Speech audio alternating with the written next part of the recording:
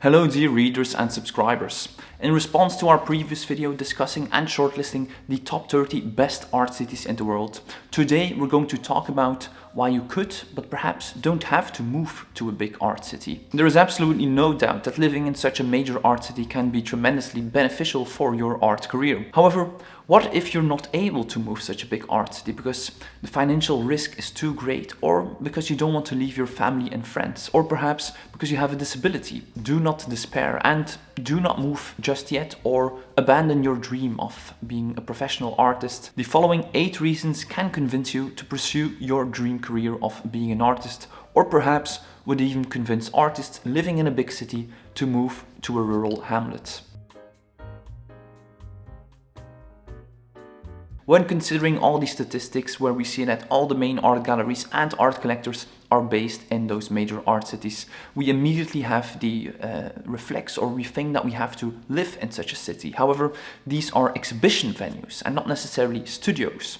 So the first reason is that there is the possibility to exhibit in these cities without having to live in them. So you can live elsewhere and still exhibit, have the benefits, or try to have as many benefits as possible of those major art cities. In fact, there are numerous established artists who have their studio elsewhere. And in the 21st century, as we'll argue throughout this video, there are numerous ways to pursue this combination and to have kind of the best of both worlds. However, even more, there are also a lot of advantages in that specific city. So let's talk about those first. This brings us to the second reason why artists don't have to move to a big city, which is lower living costs and less financial risks. This is perhaps the most obvious and best known advantage of not living in a major art city. Big cities are crowded and cramped, resulting in tremendously high rent prices for both your apartment and if you would like to have a couple of square meters of studio space. This financial pressure to make rent can be mentally draining and very stressful, which is actually one of the worst things possible for your career path and your development,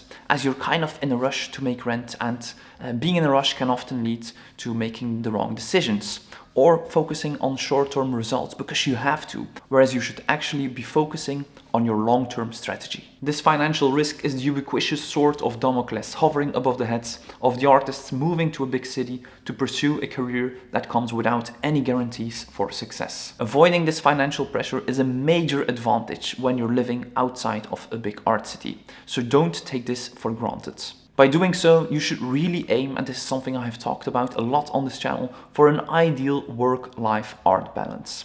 Have a job that pays the bills for now. Have a good quality of life where you live in a pleasant, spacious apartment or place. And having enough time and energy to work on your art as well. This combination is golden for artists. By doing so, we can make all the right steps. Don't be in it to rush it, be in it to stay. The third reason is the continuum, time and space. The quality of life and life as an artist differs greatly in big cities and small rural towns. Whereas it might be a lot more difficult to network and interact with a vibrant art scene, the production aspect of being an artist is arguably easier in an unknown small town. The big city life is not for everyone. It can be very hectic, chaotic, stressful and distracting. In a big city, you go out more often, which takes time, energy and money. It is difficult to own your own car or van because of the financial pressure, but also because it is inconvenient for parking and the roads are entirely clogged in a big city. So it is inconvenient to move your materials or your pieces, but also results in longer commutes, which once more takes more time, energy and money. Whereas on the other hand, in rural, small towns, there is an abundance of space and perhaps also some industrial buildings that could function as a perfect, bright studio that all artists are dreaming of. This dream becomes very plausible and achievable in a small town, especially when you're finally starting to make some money with your art. And make no mistake, having a good studio is essential for the production of your art, but also for your art career. Not only will it enable you to create bigger and more complex works, it will also be a lot more efficient, because you'll now have a place where you can stretch the canvases, where you can prime them, where you can produce them, where you can pack them, and where you can store them, instead of having to do all those things in a single room where you have to move all the time, which is a logistical hell. Furthermore, it would also improve your professionalism and credibility tremendously. If they see that you have a big studio, you will have the power of the impression of a successful artist. You can photograph and document your work in a high-end manner, share stunning studio views on social media and your website, or invite collectors or galleries to a studio visit that can convince them of your work and budding career. Time and space are essential for an artist's career, and you're more likely to find a lot of it outside of a big city. Next up, we have limited competition and maximum mobility. You're less likely to drown when swimming in a smaller pool of artists. We might have fewer art galleries and prestigious venues in small to medium-sized cities, but they are much easier to map, navigate and enter. When you're a small fish in a big pond such as New York, despite the tremendous amount of art galleries, the competition is very vast and often overwhelming. As a result, it is a great strategy to target a smaller city nearby, where you can make your first steps and experiences as an artist. Small art cities also consist of smaller social circles. As a result, it is easier to get to know everyone and to be seen by everyone. And by doing so, there is excellent social and artistic mobility. With just 2 or 3 contacts, you can get involved with the entire network of that small city. This brings us to reason number 5, community building and networking. Because of the lower competition and greater social mobility, the communities can be very close-knit, where artists connect easily with others to create an environment of collaboration and support in which a small community can grow together. A great example, for instance, is how the unknown city of Cluj in Romania became a budding art center. The artists of Cluj came together under the same roof, where they had studio accommodation together and supported each other, and it became a hotspot for collectors and gallery directors to scout artists. Don't underestimate the power of these studio initiatives where all artists come together. And being able to snatch a place in such an accommodation, in such a system, is a lot more likely once more in a smaller city compared to the major art cities, where the demand for studio accommodation is also quite overwhelming. These types of community building initiatives can be tremendously powerful in the long run. If you only need 2 to 3 contacts to enter the entire network, a supportive artist community is the place to go to achieve this. However, please note how it will be essential to do this in an industry-approved manner. We don't want to impose ourselves to anyone and present us as an artist all the time, talking about ourselves and kind of being desperate, begging for an exhibition, begging for a sale, begging to be represented. It will not work. Instead, you should support the local art scene first, by visiting, promoting and connecting with it.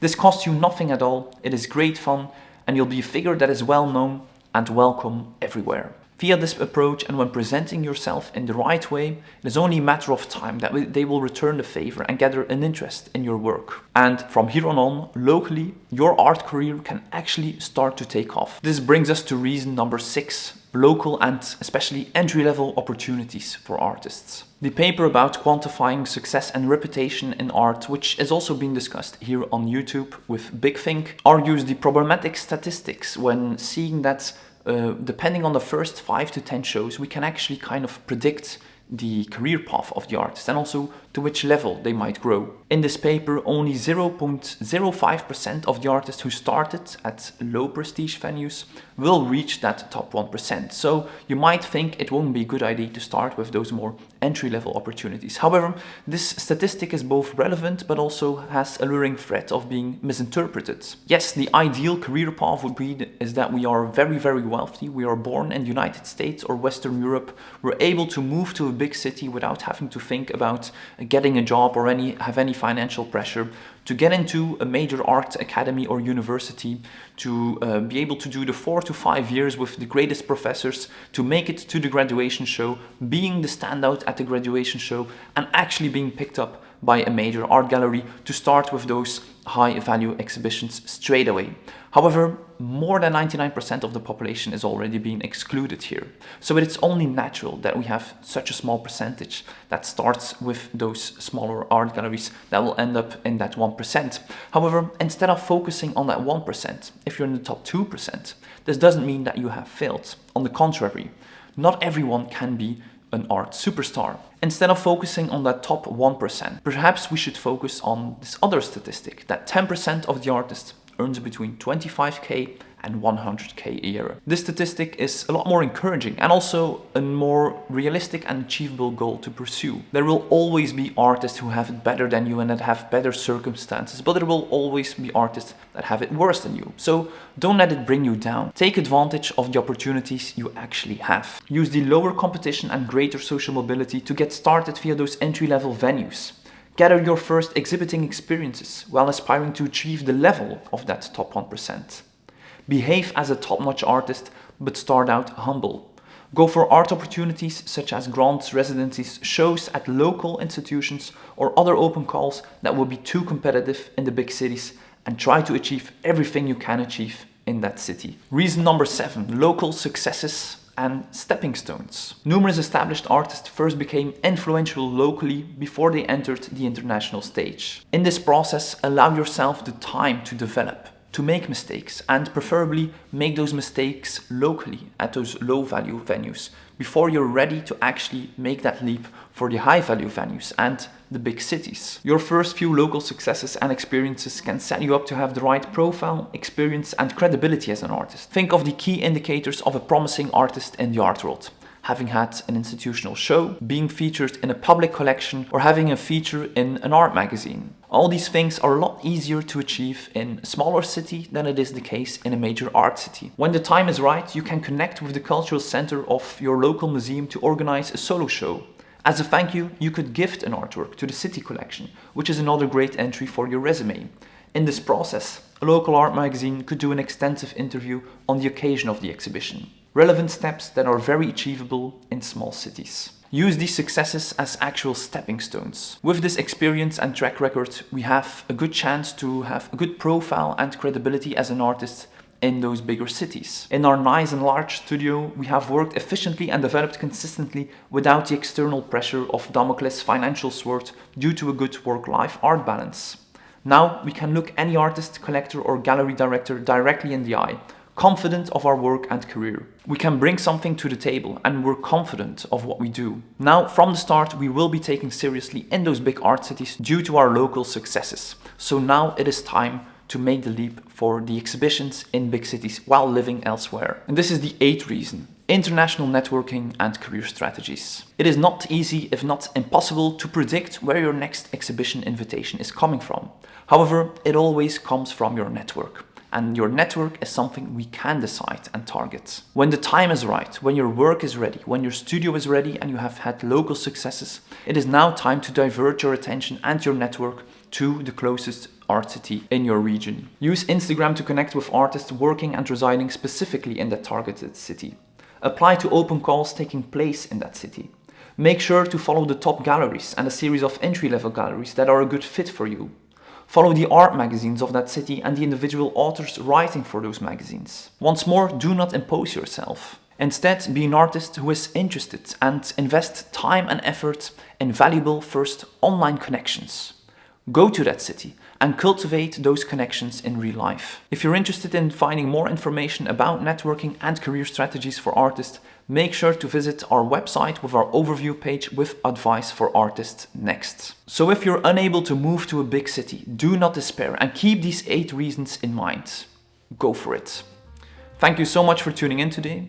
Feel free to watch our video on the best art cities in the world next. Support us on Patreon and please consider subscribing to stay posted for more contemporary art.